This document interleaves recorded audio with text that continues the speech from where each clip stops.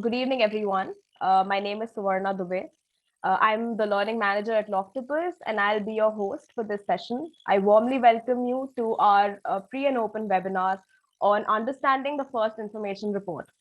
So a little bit about me, because I'll be hosting you for this entire session. I passed out of law school in 2019.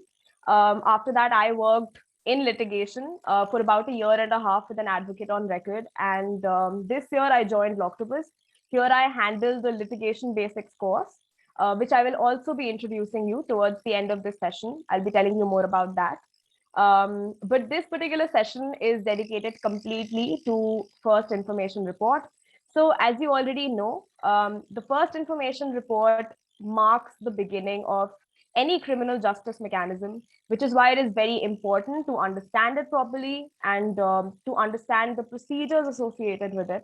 And to simplify this process, today we have with us Mr. Anuj Chauhan. Sir, if you could turn on your video so that everyone can see you. Let me introduce sir to you all. So Mr. Anuj Chauhan, he's a practicing advocate with over 5 years of experience in both civil as well as criminal litigation. He practices not only before the Honorable Supreme Court of India, but also the Delhi High Court, district courts, and tribunals. He's also currently empaneled with the SDMC for the Honorable High Court of Delhi. And apart from having an LLB, sir also has a master's in business administration. So we warmly welcome you to this webinar. We're so grateful to have someone of your expertise here with us today to teach us. So would you like to say something? Thank you. Good evening, everybody. So as Ms. Suvarna has rightly pointed out, that we will be focusing on the core subject which initiates the beginning of the criminal justice system. But before that, I would like to thank the entire team of Law Octopus, Suvarna madam, and all of you for making me a part of this webinar. And when we talk about FIR, can we start? Yes, sir. Just one small disclaimer here. Any questions that you all have, please put them in the Q&A box, and we'll take them towards the end of the session. But please keep putting your questions in the Q&A box. You can also put them in the chat box, but I think it would be better if you put them in the Q&A box. So please go ahead. That will be good. So as the term suggests, FIR, it means the first information report.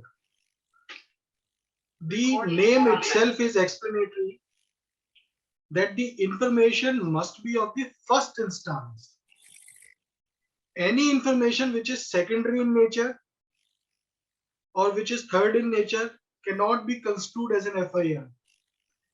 What I mean to say, that when a police officer has received information about commission of a cognizable offense, may kindly mark,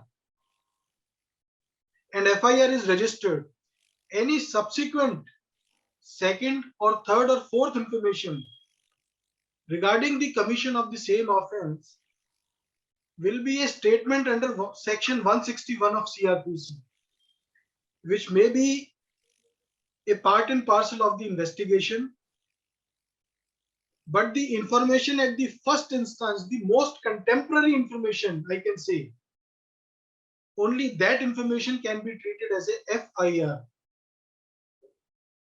FIR basically sets the criminal justice system into motion,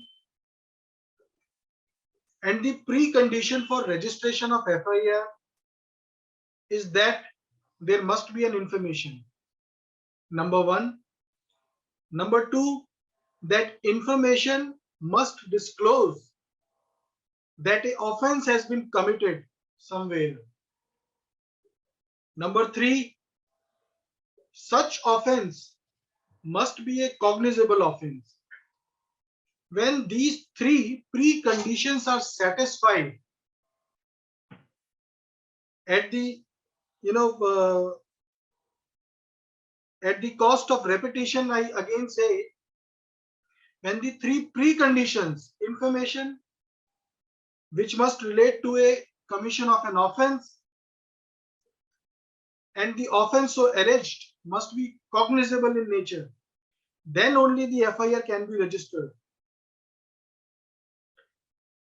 Now, when we talk about an offense, there is a two categories of offenses which are dealt in the code, which is CRPC. First category is the cognizable offenses. Second category is the non-cognizable offenses. Section 2C of CRPC deals with the definition of cognizable offense, which says that any offense for which the police officer may arrest the suspected person without a warrant. So this expression without a warrant may kindly be marked. Only such offenses are cognizable in nature. And when the police officer does not require a warrant of arrest, such offenses will be non-cognizable in nature.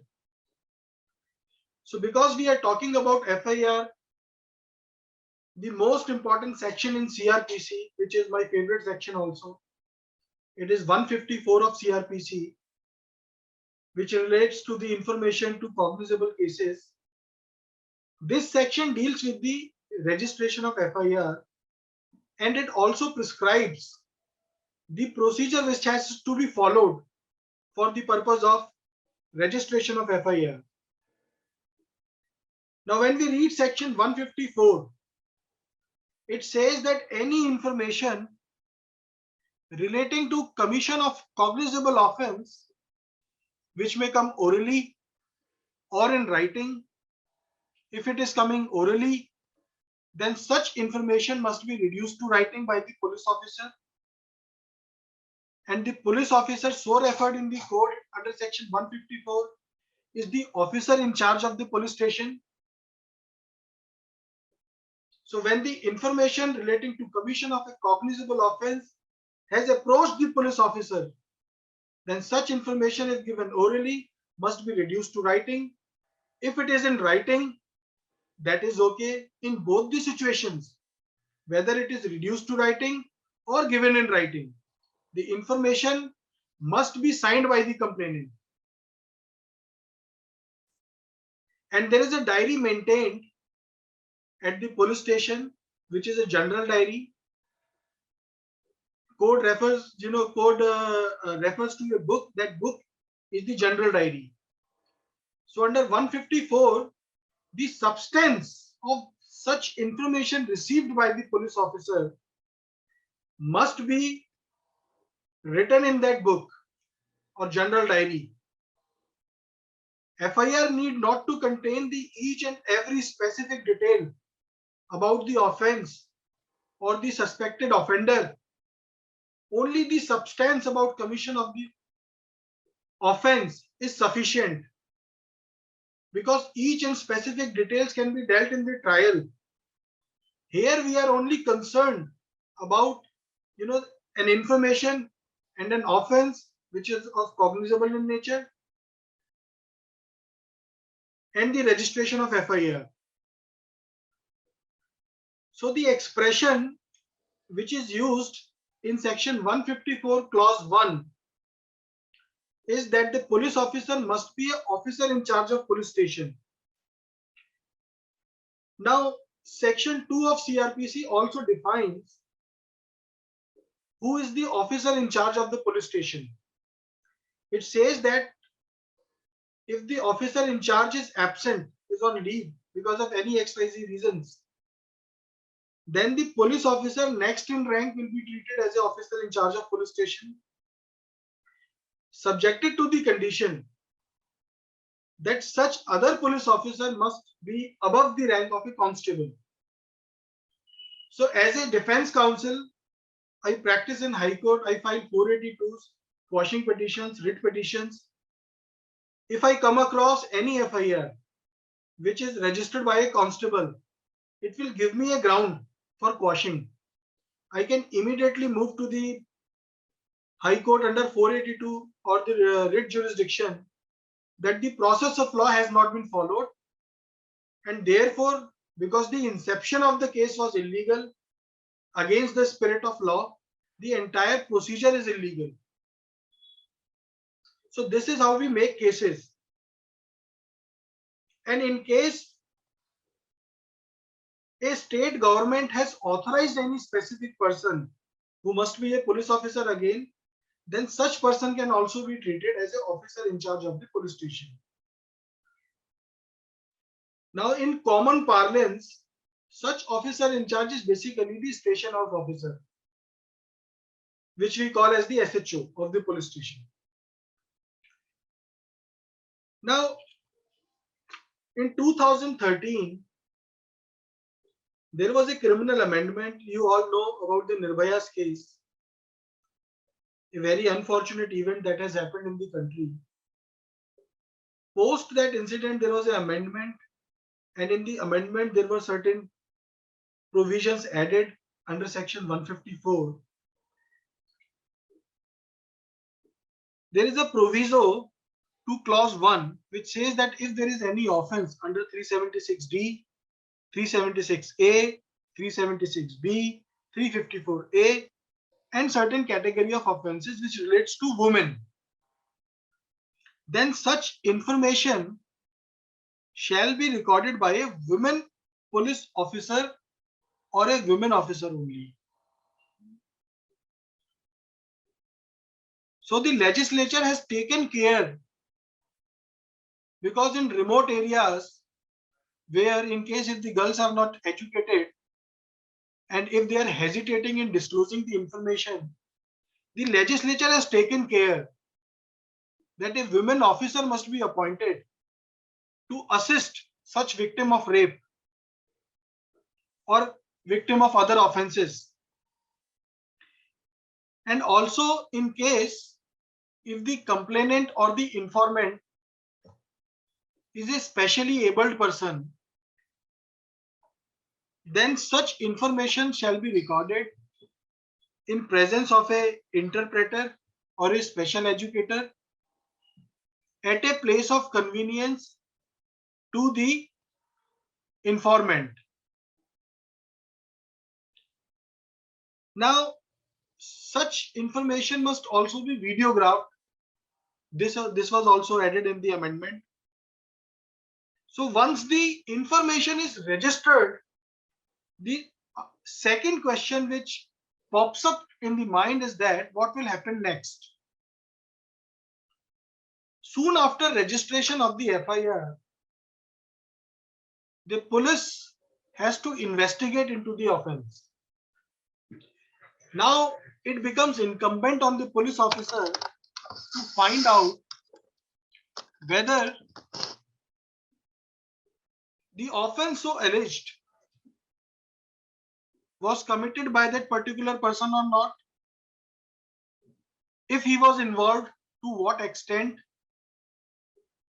and in case if the police officer is satisfied that the accused has committed a certain offense, cognizable offense, then he will file the final report of the charge sheet in the court. And if he is satisfied that no offense is made out, or that the offense is made out but the involvement of the accused is not made out, then he will file a closure report. So there is a procedure which has to be followed from the FIR till the filing of charge sheet in the court. That entire procedure is dealt with under chapter 12 of the code. Now suppose there is an information received by the police officer regarding commission of a non-cognizable offense. What will happen in that situation? That is another question.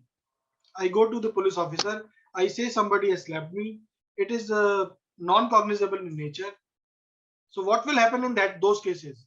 In those cases, the police officer will forward the complaint to the magistrate, because for the purpose of investigating the non-cognizable offenses, the sanction or say order of the magistrate is required. Without such sanction, the police officer does not assume a power. Unless and until it is a case Thus, that along with the non-cognizable offenses, certain cognizable offenses have also been committed. So if it is a mixed match, the investigation is permissible. But if it is only non-cognizable offense, the investigation has to be sanctioned by the magistrate. Now, section 155 deals with the information as to non-cognizable cases and investigation of such cases that we have discussed. Now, once the FIR is registered or once the police has forwarded the non-cognizable report to the magistrate, then comes the question of investigation. The power to investigate is dealt with section 156 of the code, which says that any officer in charge of a police station may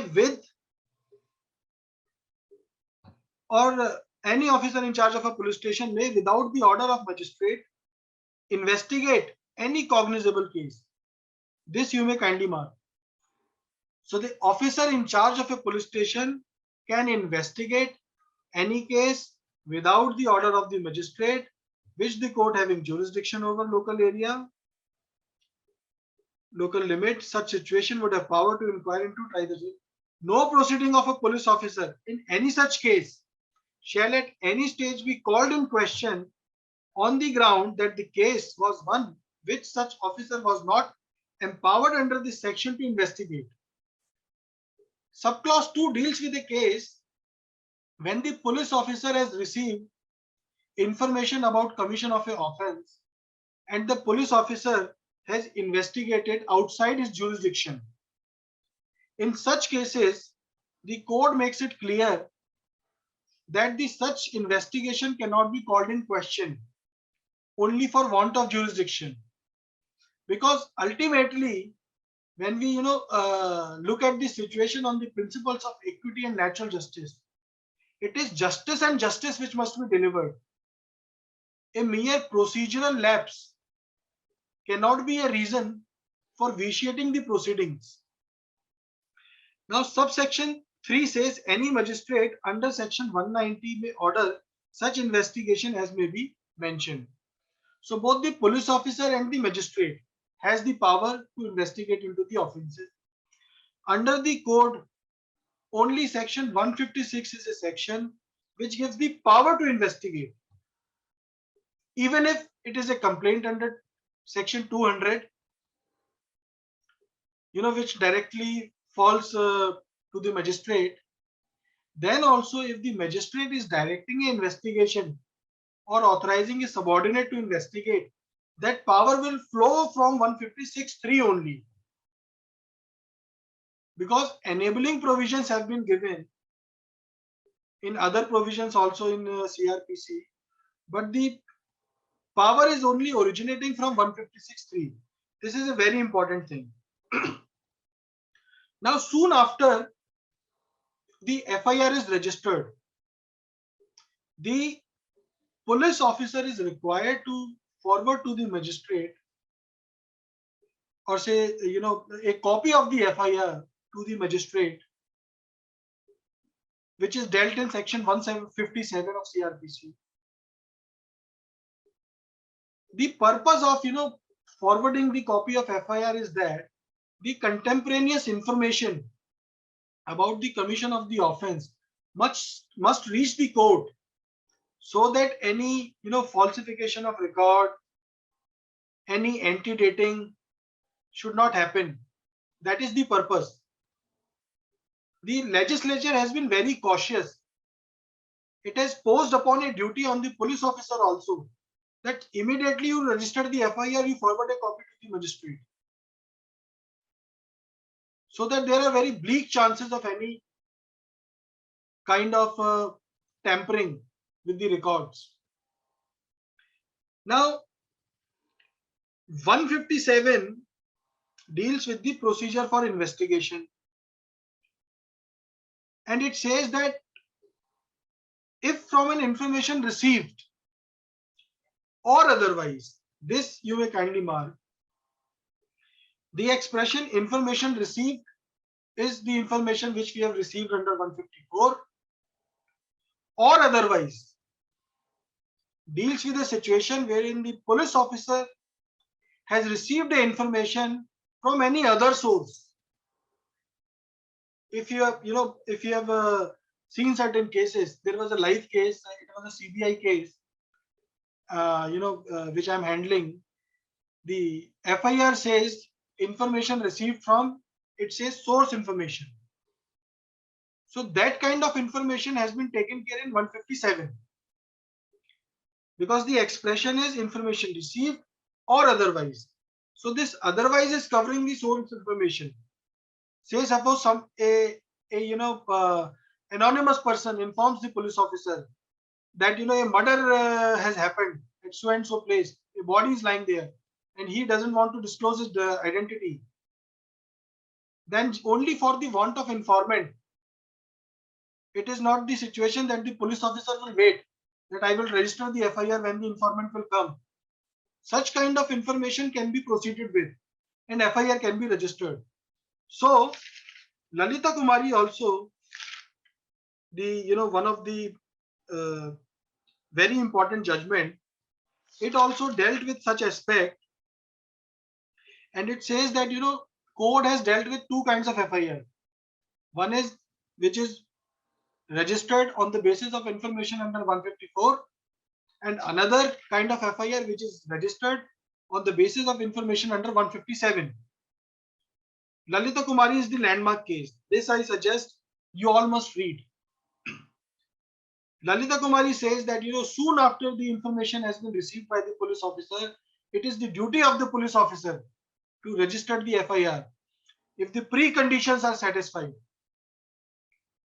And in case if the police officer are not fulfilling their duties, then Lalita Kumari says there will be departmental actions also. Now, because we are talking about Lalita Kumari, there is an expression which is preliminary inquiry, which must be discussed. Lalita Kumari said that, in certain cases like matrimonial offences, the offences relating to Prevention of Corruption Act, or corporate offences, in certain categories of offences, the police officer may, prior to registration of FIR, just inquire and take a prima facie view whether any cognizable offence is made out or not. So that is why in prevention of corruption cases, in 498A cases, which is a matrimonial offence now, the police officer, they do not register the FIR immediately. Earlier, what was happening? There was a complaint of 498A. Then the police was immediately going to the house of the in-laws of the girl. They used to arrest them. And the provision was actually misused to a great extent. Supreme Court took notice of the situation and said that no, this is not happening. This must be curbed out. And they laid down certain guidelines. They laid down the procedure of arrest in Arnesh Kumar's case. Because what is the purpose of arrest? If a accused is cooperating with the investigation, he is available on every call of the investigating officer. He is not absconding the process of law. Whatever documents are required, he is producing those documents. I mean to say, he is cooperating in every kind. Then what is the purpose of his arrest?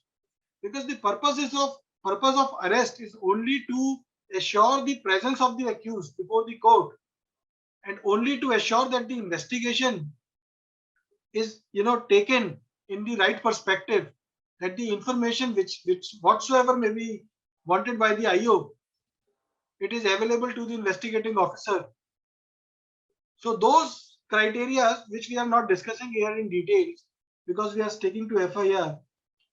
So Arnesh Kumar is a judgment which must be read by all of you. Then 158 says report how submitted. It is a short section. Every report sent to the magistrate under section 157 shall, if the state government so directs, be submitted through such superior office officer of police as the state government may by general and special order appoints in this year. This section is self-explanatory. Now, just to give you a glimpse about registration of FIR, then the investigation has happened, how the statements are recorded. The investigating officer has got power under 160 of the code to require attendance of a witness. Now, if there is a witness whom the investigating officer thinks that he possesses certain knowledge in relation to the offense which he is investigating, then the investigating officer can, under section 160 of CRPC, call such witness for the purpose of deposing before him. And the statements so recorded of that witness are recorded under 161 of CRPC, which I referred to earlier also. Any subsequent statement which are falling to the IO post registration of FIR, they will always be treated under 161 of CRPC. The purpose of FIR and 161 is very important because these are the information of the contemporaneous period. When the case is registered, the most contemporary information is the FIR. Then after that, the witnesses deposed before the IO, they tell their versions. Their contemporaneous version is stored under 161. So when a witness is going to depose in the court, these statements can be used for the purpose of contradicting or corroborating their versions. For example, I want to give you a live example. I was contesting a rape case. It was a gang rape case before the Saket court. And in the FIR, the prosecutrix said, that A came first, then B came. And in 164, she gave another version. In the court also, she says that B was first, then A came. So that particular fact, as a defense counsel, we used for the purpose of contradicting the witness. There was another case in Dwarka. It was a rape case. So the witness said that, she was absconded by the accused. And then after she was absconded, she was taken to certain place.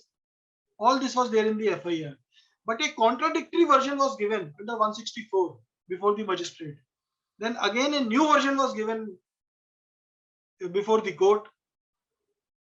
So because there were contradictions in the version of the prosecutrix, those contradictions were helpful as a defense counsel for the purpose of contradicting the witness and bringing out truth.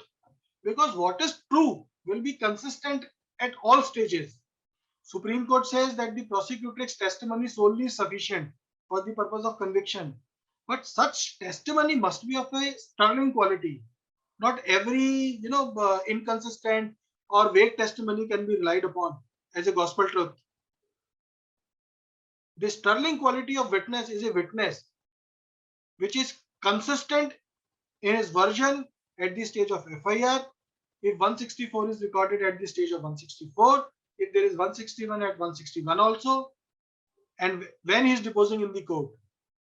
So all these stages are there because only, if false version will fade out, truth will withhold it all the time.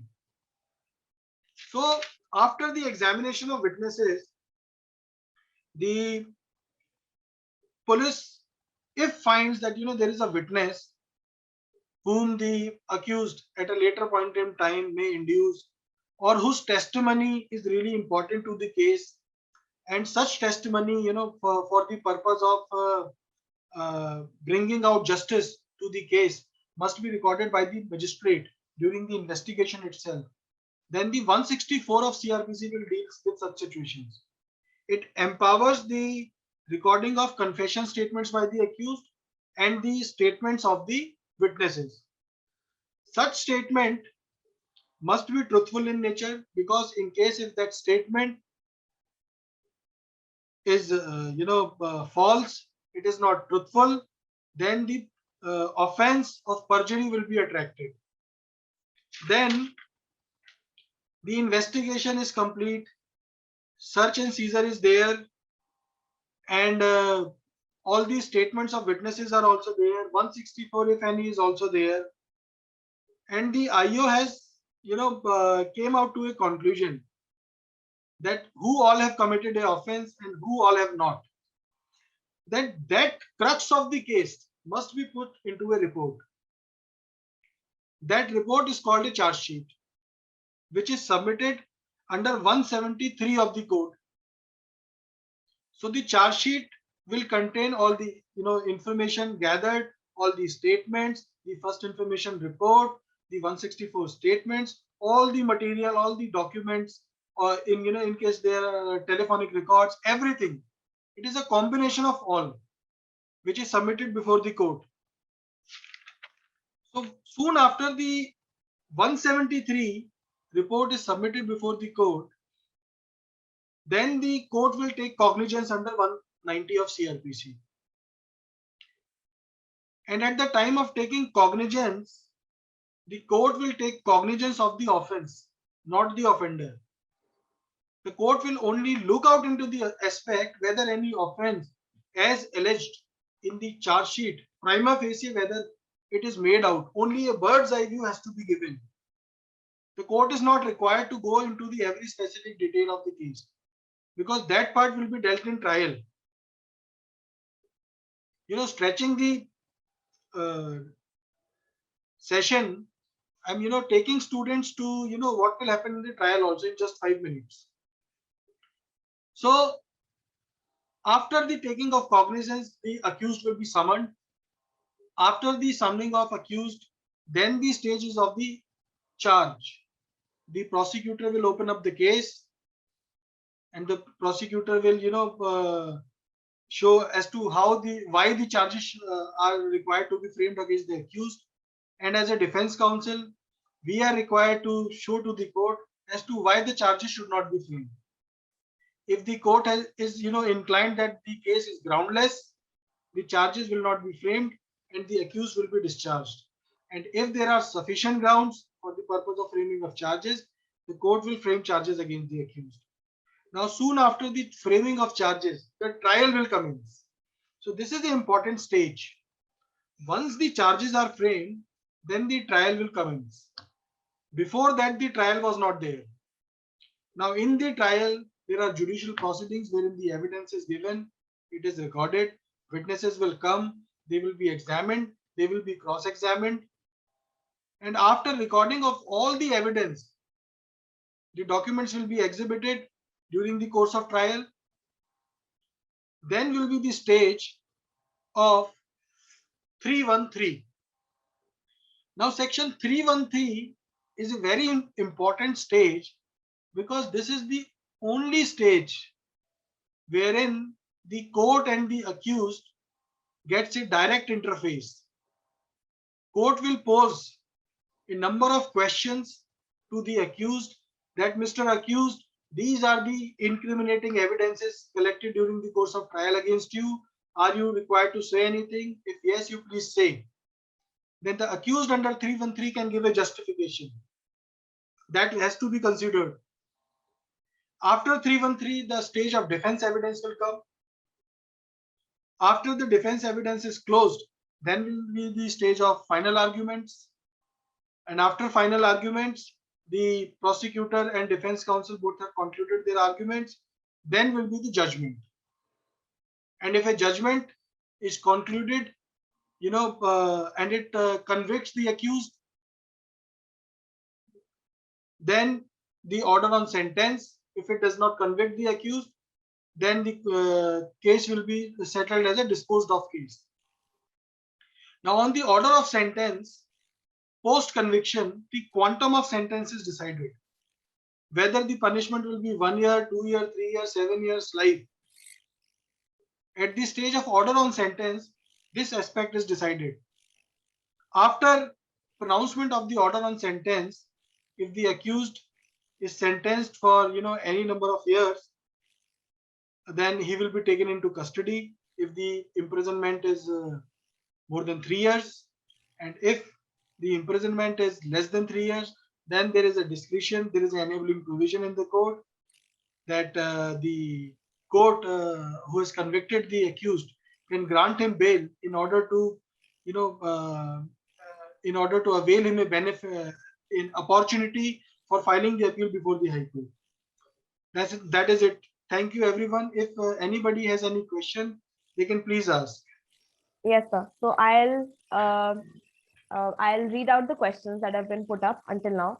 So, one question that has been asked multiple times is whether it's mandatory for the police to register an FIR. Yes, Lalita Kumari Supreme Court 2013 clearly states that soon after the information regarding commission of the cognizable offence is received by the police officer will have to register the FIR, subjected to the condition.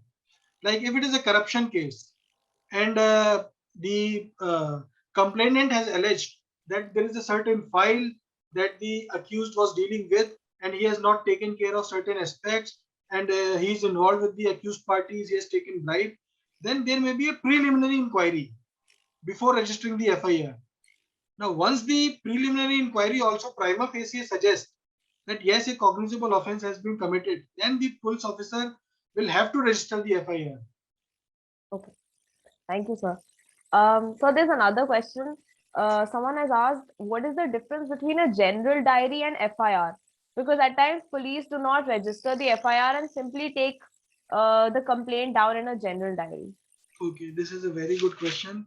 General diary is basically a diary which records the affairs which are carrying on in the police station. Every case, everything which is happening in the police station, it is recorded in the general diary. And FIR is, as I've already told, it is a document which is registered, but point to be noted, the substance of the FIR also is to be recorded in the general diary. So this is the distinction. 154 itself is drawing a distinction that a complaint is received, it must be signed by the complainant, a copy must be given free of cost, but the substance of that information must also be recorded in the general diary. Thank you, sir. So there's another question. What are the remedies available if the police refuses to register an FIR? Like in case if the police is refusing to register the FIR, the complainant can approach the superintendent of police, and in case if his efforts to the superintendent of police are also in vain, then the complainant can approach the court under 156(3). Thank you, sir. So someone has asked, this has just been answered. Someone has asked, is there a procedure to withdraw an FIR? No, there is no procedure to withdraw the FIR. The fate of the FIR is to be decided by the police officer, number one. This is a fantastic question, and the fate of the FIR will be either a charge sheet or a closure report. Now, in case if the complainant and the accused, they amicably settle the matter and they say, okay, I don't want to press the case against you, then Gyan Singh's case, Supreme Court has said that the offense which are non-compoundable in nature can also be compounded. So the both complainant and the accused, they can arrive at a settlement and they can approach the High Court for the purpose of quashing of FIR on the ground of settlement. This can be done. Thank you, sir. So there's a question from Aditya. He says, can the police be held under contempt of court if they refuse to file an FIR? Yes, certainly, because there are directions of Lalita Kumari, and in case if the police officer is refusing to register the FIR, provided that information must be of that nature, that it discloses the commission of the cognizable offense and all the preconditions are satisfied, then only the contempt jurisdiction, in my view, can arise, though it will remain a debatable topic.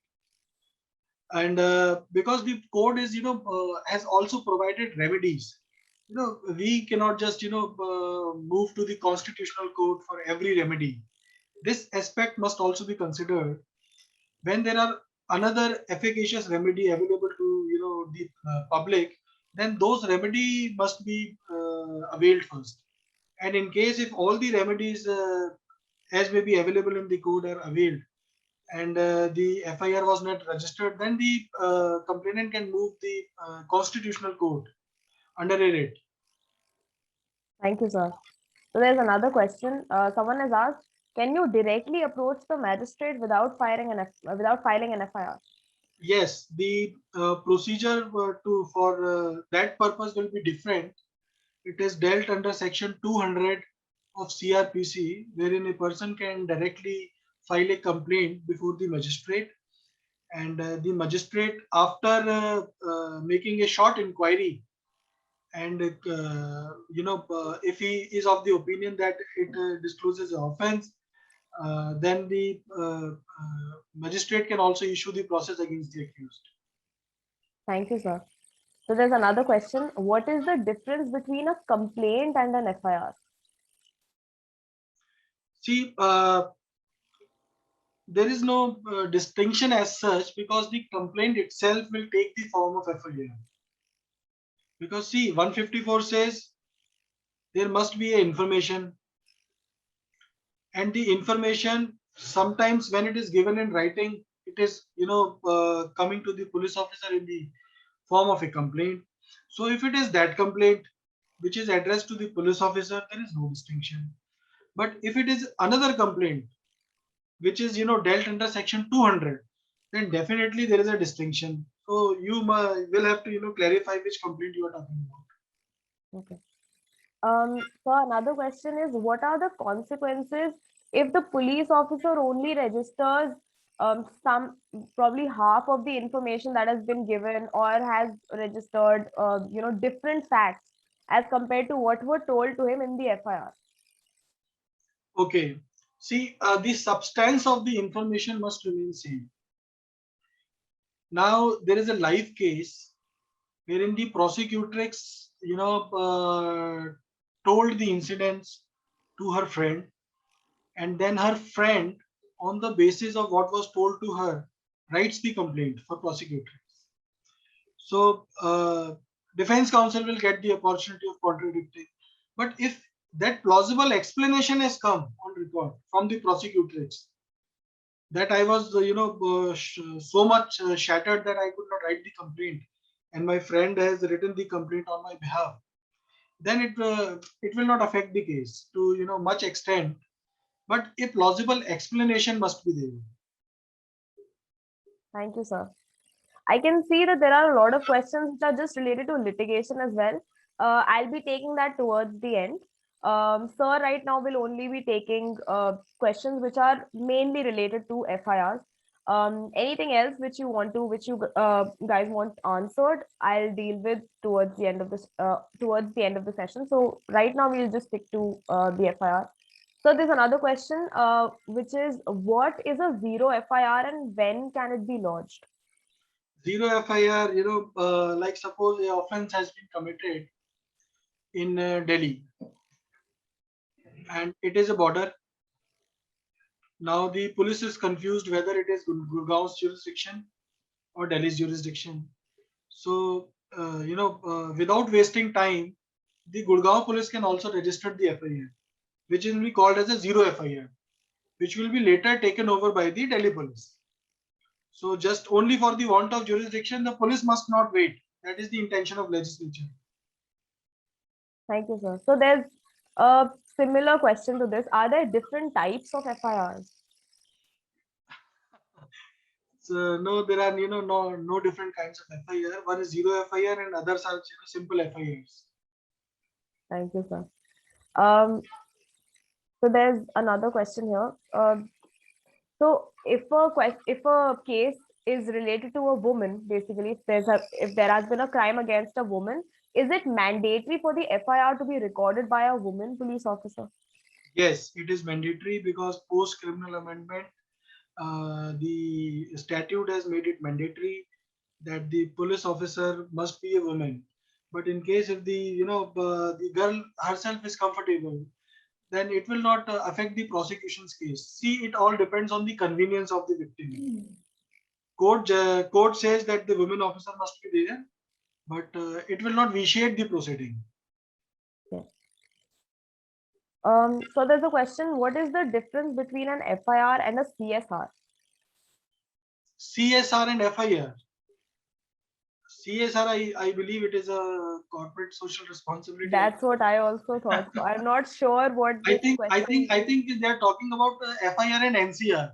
Okay, that is also a question. Yeah, Yeah. that is also there. Yes. FIR you all know now, and NCR is a non-cognizable report.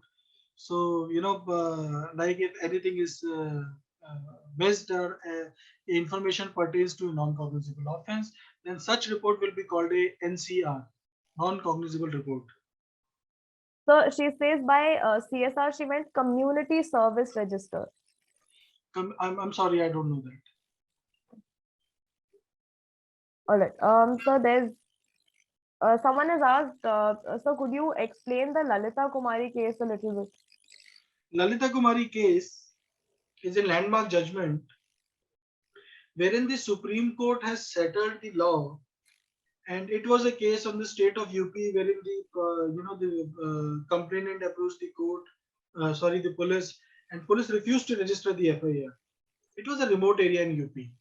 So Supreme Court took cognizance of this issue, and they issued guidelines, and they made it mandatory that if the police officer is not registering the FIR even after receipt of information about commission of a cognizable offense, then in such situation the departmental action will be taken against the police officer.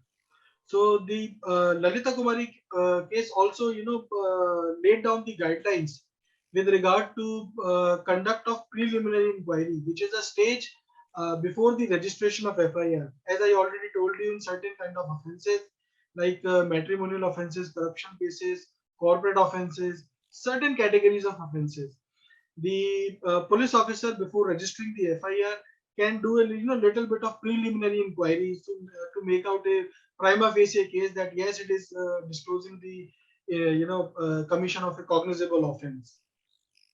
Thank you, sir. So there's a question saying, can an NCR be converted into an FIR? A NCR, I don't think can be converted into an FIR because it will pertain to it will relate to the commission of a non-cognizable offense. So thank you, sir.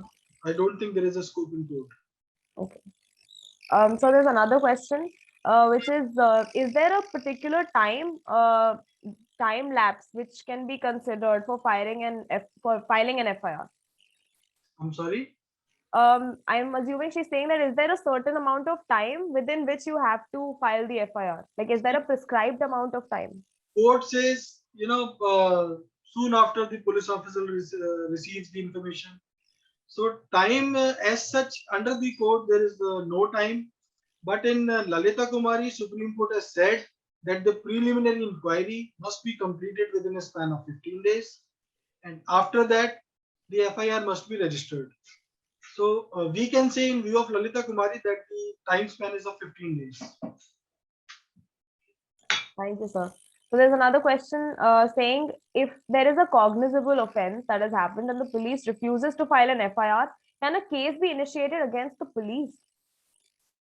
Yes, you can file a complaint against him and a departmental action will be taken. And you can rely upon Lalita Kumari for that purpose. Thank you, sir. So there's a question which says, can we approach the FIR? Can we approach the High Court under Article 226 if the police refuses to file an FIR? Only after the other efficacious remedies have been exercised, which are writing the letter through post to the superintendent, and then 156(3). Directly you cannot approach. Only after 156(3), 226 can be invoked. So there's another question saying, what happens if a police officer fails to do proper investigation? See, Yeah, it is a tricky question, and if the police officer is failing to do the proper investigation, the complainant can always file a protest petition before the court. and it can bring before the court as to which all aspects have not been investigated properly. And if the court deems fit, the court can direct further investigation, because 173(a) deals with this such kind of situation. It empowers the magistrate to direct a further investigation. Okay. So someone has asked, what is the significance of section 161? 161 is basically for recording of statements.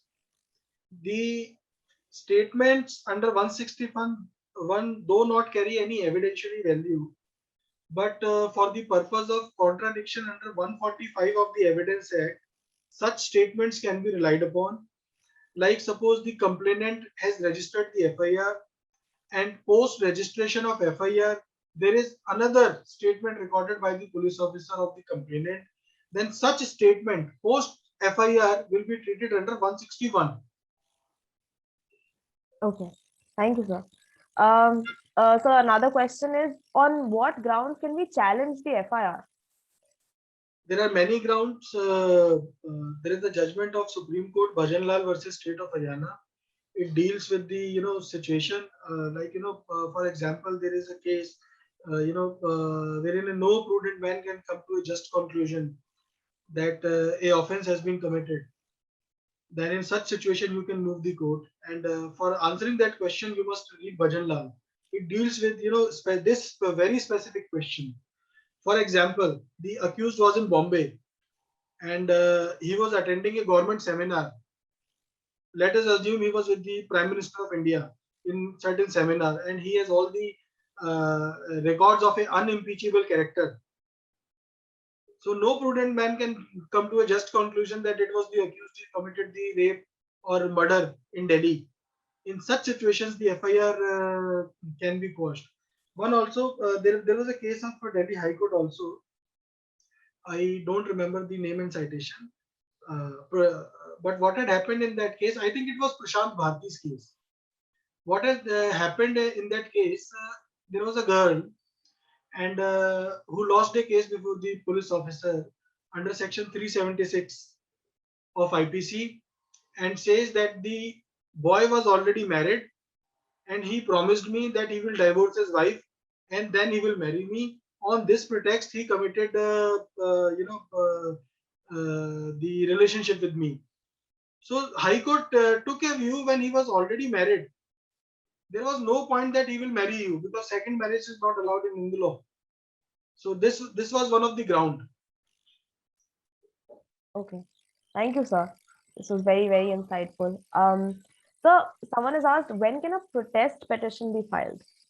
Protest petition can be filed, as I just told, that when the police officer has not done his job properly, and like in case when the police officer is filing a closure report and the complainant is aggrieved by the closure report, the complainant can approach the magistrate and file a protest petition.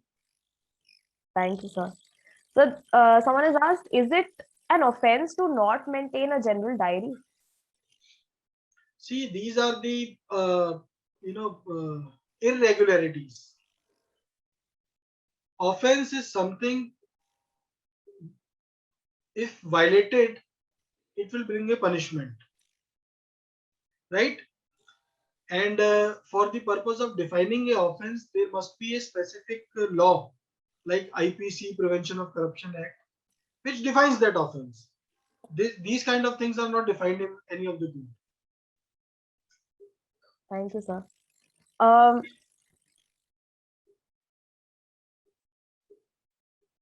Okay, someone, it's actually a very similar question. If there is any punishment which can be given to police officers for not maintaining a general diary. It is an irregularity, and it is for the department to see. And under the penal law, there is no provision for a punishment. Thank you, sir. So someone has asked, how can a person be convicted in an NCR case, or is it just a formality?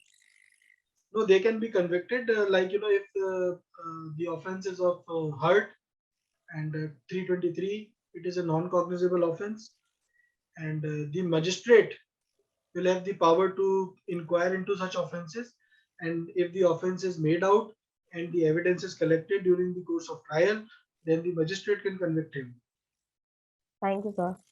So does the lawyer approach the IO directly for copies of the FIR or general diary information?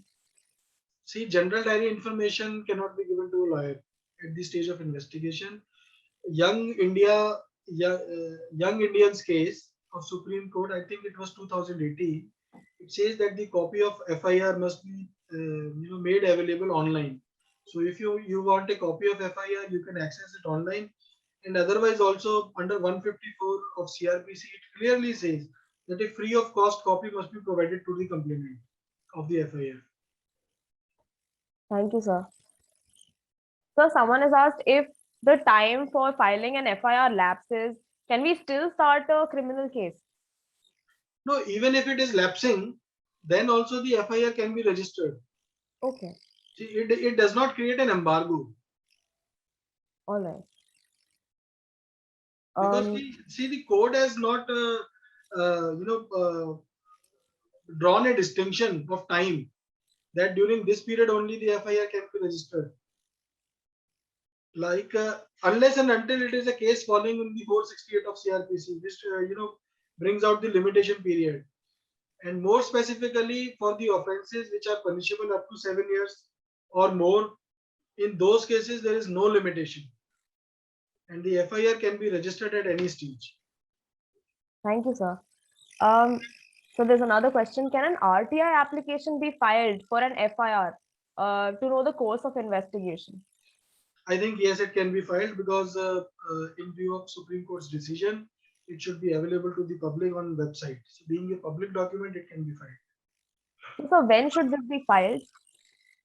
It can After be how filed. many days? There is no time period. Okay. See, if I require a copy of FIR which was registered last year, I can move a RTI, because I am assuming, because it is a public document which is available on the website, therefore it should be made available to the public in RTI also. Yes, sir. I can see a lot of questions which are just related to court procedure and the general procedure of basically general proceedings. So as I told you, we'll take some of them towards the end of the session.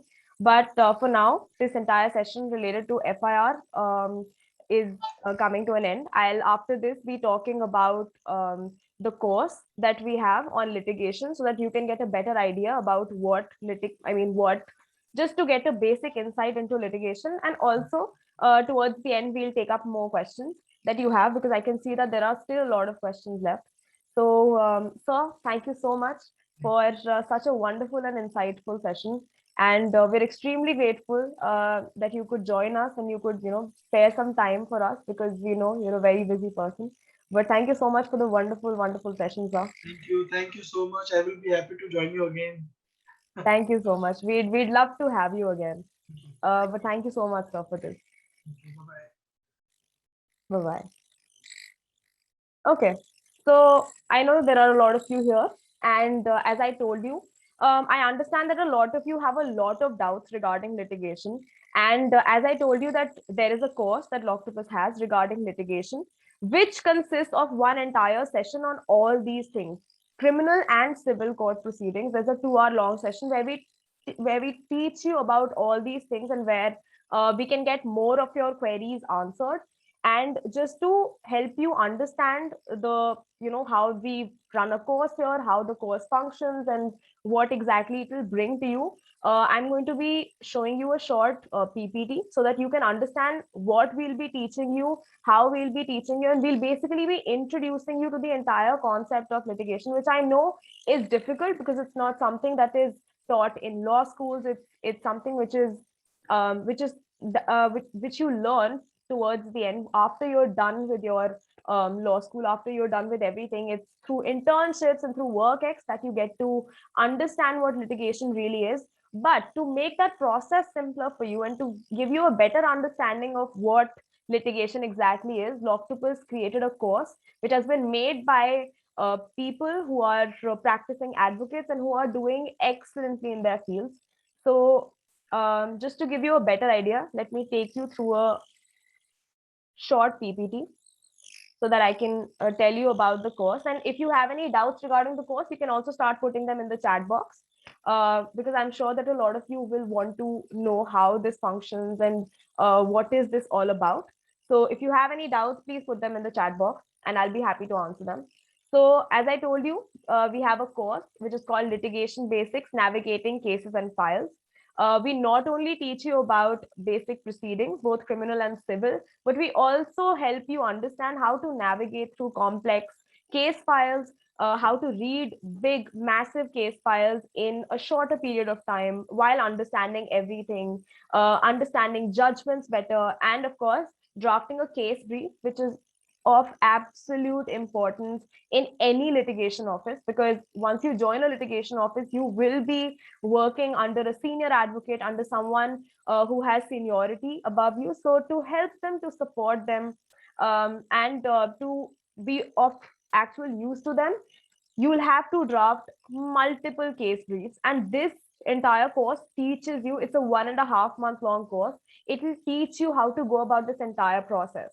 So our faculty, Mr. Vikhyat Oberoi, who is currently a practicing advocate in the Delhi High Court as well as district courts, he always says that this entire course has been made in order to help students just understand the first 6 months of litigation that you will get to experience in any litigation office by actually going and staying there through this course. Like, you get that experience right here without having to maybe speak to your seniors about it, or having to ask many questions to the people under whom you will be interning. So this entire course makes the entire process very simple for you and gives you a better understanding of litigation. So as I told you, the course will be beginning on 15th November. It will end on December 30th. It's a 1.5 month, basically 6 week long course, which is not a very long course. So why this course? So of course, it first of all teaches you how to make a court brief, a case brief, which is a core skill that any litigator needs, not just as a junior for some other senior advocate, but also when you will be handling your own cases, you will need to know how to make a case law, because you cannot read the entire case file every single time the date of hearing comes. It becomes difficult to keep a track of an entire case, and to read it before every hearing will be extremely difficult and tedious. So in order to prevent that from happening, it's best that you know how to make a good case brief and be able to refer to it every single time you have a new hearing. So what are the skills that you need for litigation? Because I understand that a lot of you would want a successful, a good career in the field. So you need the knowledge of law, of course. There's practice and procedure of various courts, which is absolutely essential. Research skills, again, a very important aspect of litigation. Drafting legal documents, advocacy skills, networking and soft skills, and knowledge of your matter, of course. So we understand that these are a lot of skills that you need, and this course basically aims at helping you out with those skills. So the course, as I told you, begins on 15th November. You will be learning the skill of properly reading case files, massive case files, which are the foundation of your legal practice. Then navigate through big case files easily, convert them into proper notes. We'll make you well versed in the proceedings of a court, because I could see that a lot of you had queries regarding this, that how do criminal proceedings work, how do civil proceedings work. So we have sessions regarding those to explain to you how the process and the proceedings work. Then we have bonus material on drafting a bail application, because I could also see some questions regarding bail here, and that's also a very important part of criminal litigation. So we have an entire material just regarding bail applications. Then we have basically, we'll help you get well prepared in any court proceeding, and just to ease the burden of your seniors, because that's very, very important, and of course gain their trust. So how does this course function? It's completely online with live lectures and assignments. I can see there are a lot of questions on the chat box. Just give me 1 minute and I'll be addressing all of them. So it's completely online. We have live lectures and assignments. We have one live lecture every week. so it doesn't get very tedious for you. For this entire course, we have 5 live sessions, including the orientation that we have, and we have 1 assignment. So it's not going to be very tedious. We do not need too much time from you. You just have to maybe spend 3 hours a week on this course, and that's it. Then we have text-based modules and basically reading resources which have been prepared by industry experts. We have recorded video lectures. We have an online-based forum for doubt resolution, because we know that you have plenty of doubts, and also when you will be reading the modules, you'll have doubts. So just so that you can put your doubts then and there, and so that we can answer them, we have this online doubt resolution portal. Then we have an assignment where you will be drafting a case brief, and you'll get personal feedback. So I think the best part about this course, because I've been handling this course for a couple of months now, and I know how this entire process functions. But the best part about this course is that you get personal feedback, which is particular to your assignment. So you're not going to get any general feedback, anything generic. It's not going to be like that. We're going to tell you what worked, what you did well, what you didn't do well, what are the areas of improvement, so that you don't have to worry about where you're actually going wrong, and so that you could learn all those things that you'd have to learn in an internship here, and go well prepared to your internships and to your future workplaces. So it's completely online, as I've told you. The course duration is 1.5 months, 6 weeks, and you get a certificate of completion at the end of the course. If you do extremely well, we also give you a merit certificate, which will be written and signed by Mr. Tanuj Kalia, who's the CEO of Loctopus. So that might also help you and benefit you in your career, for your CV. As I've already told you, there are also a couple of other things in this course. We have 4 knowledge check tests. So you can regularly take those tests. These are completely self-paced. You can, whenever you are done with a module, you can take an MCQ and see what you've learned, if you've learned well. We also have career webinars here at Loctopus, because we understand that career counseling is something which a lot of you would need help with. A lot of you are first generation lawyers, so was I.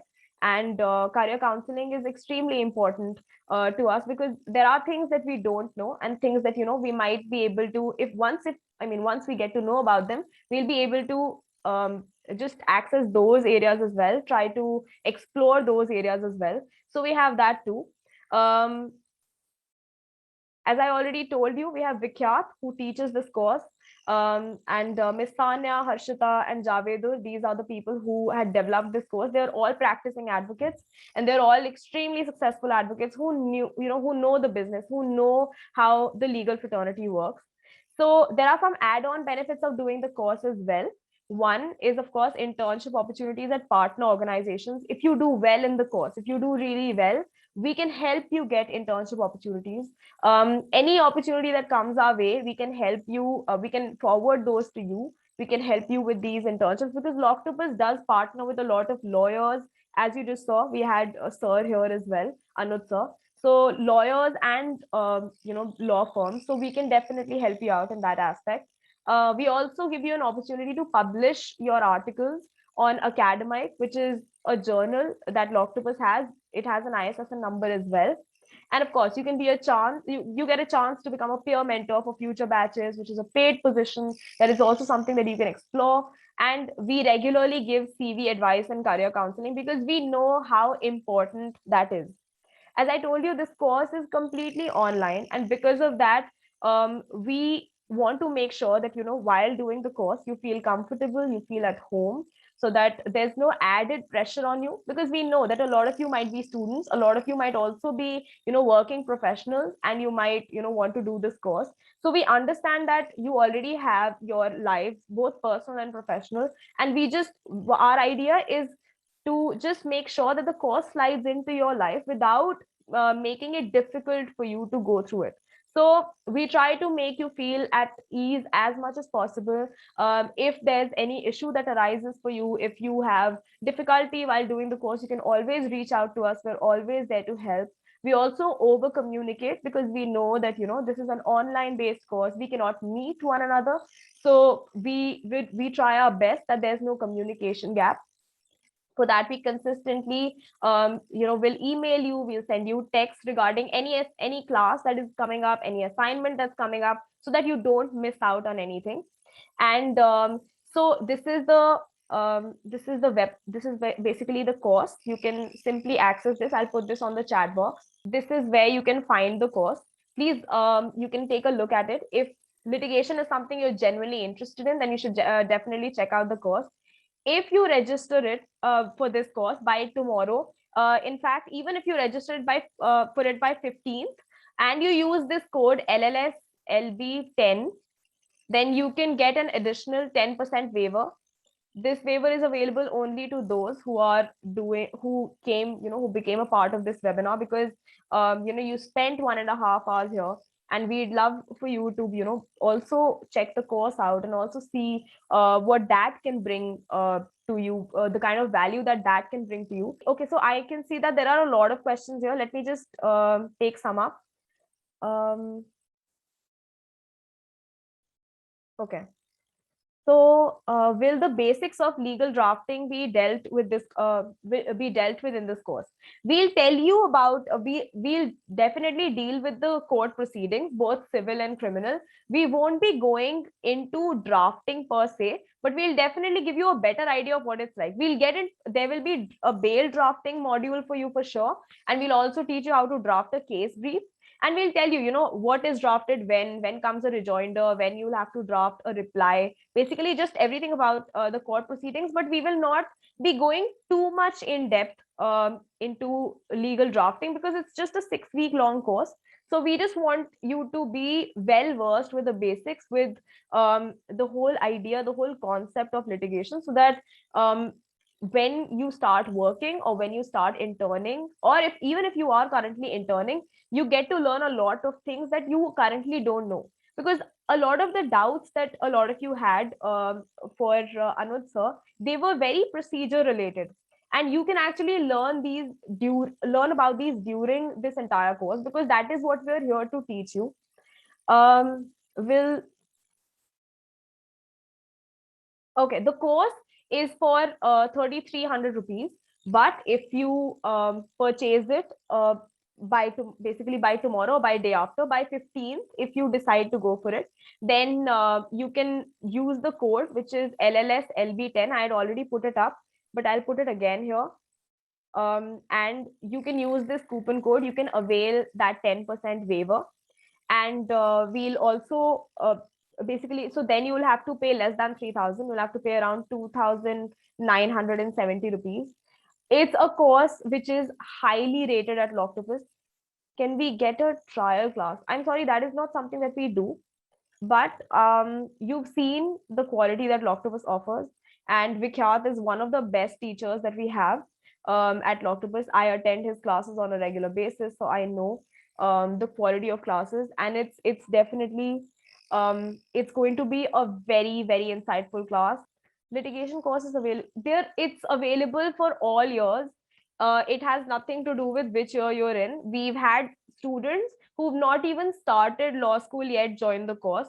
So they were in 12th standard, they wanted to become a lawyer, so they were preparing for CLAT and all, so they'd also joined the course, and even they could learn a lot about the is it a 40-hour program?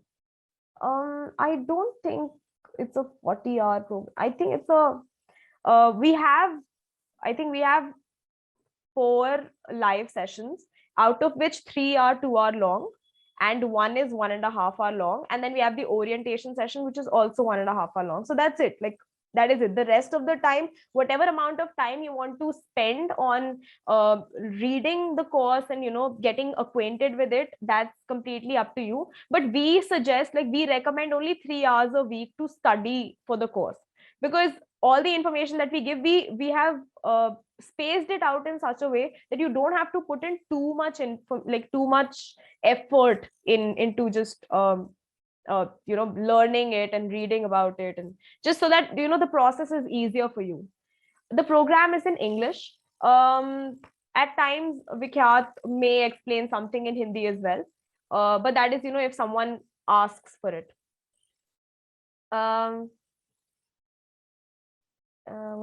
There are other questions here as well. Okay, ye Sunday only 2 hours 60.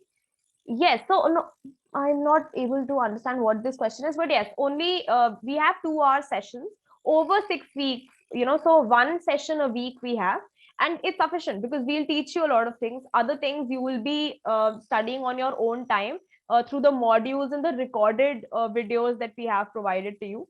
So all of that you can do on your in your own time. But yes, live sessions will be only one.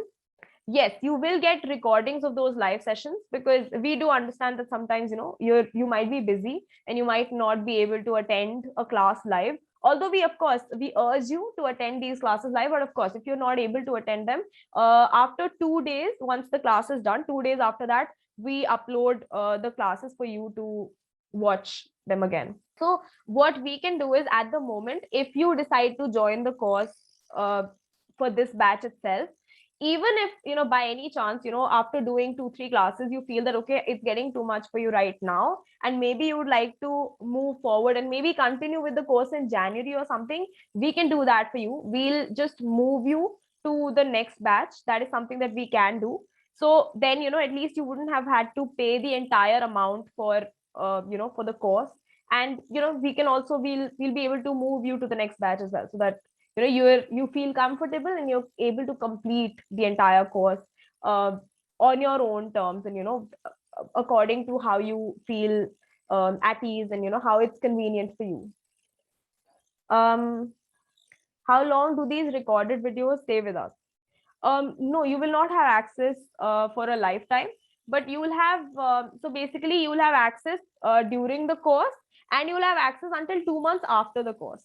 So if your course is from 15th November, which it is starting on 15th November to 30th December, so you will have access to this entire course till 30th February for sure.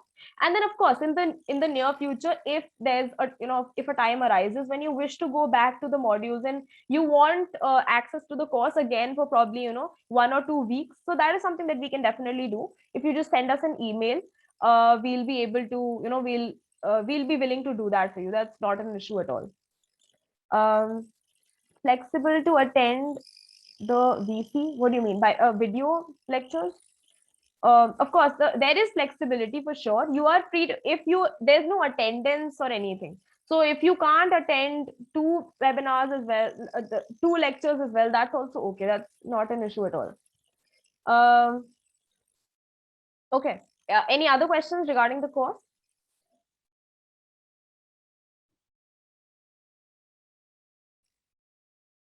Okay then. So it's already 7 o'clock, and I think we can wrap this up. Yes, I hope that this entire lecture was helpful to you, and you could learn something from it. And I hopefully will be getting to see a lot of you soon in the course. So I'm looking forward to that as well. So thank you so much, all of you, for being here. Thank you so much, Shalvi, for the lovely words. Thank you, Tanmaya. I think I might be seeing you in the course soon. Thank you so much for the kind words, all of you. Thank you, Zafar, for saying that the webinar has been helpful to you. I hope that I can see you again, and we can learn more together. Um, Thank you so much, Krishna. Thank you so much for the lovely words. Thank you so much. Thank you, Vinay. Thank you, Anshika. Thank you so much, everyone, for attending this webinar. And hopefully, I'll be seeing you a lot of. Hopefully, I'll be seeing a lot of you soon. Bye bye. Take care. Stay home. Stay safe. And yes, take care of yourself. Bye bye.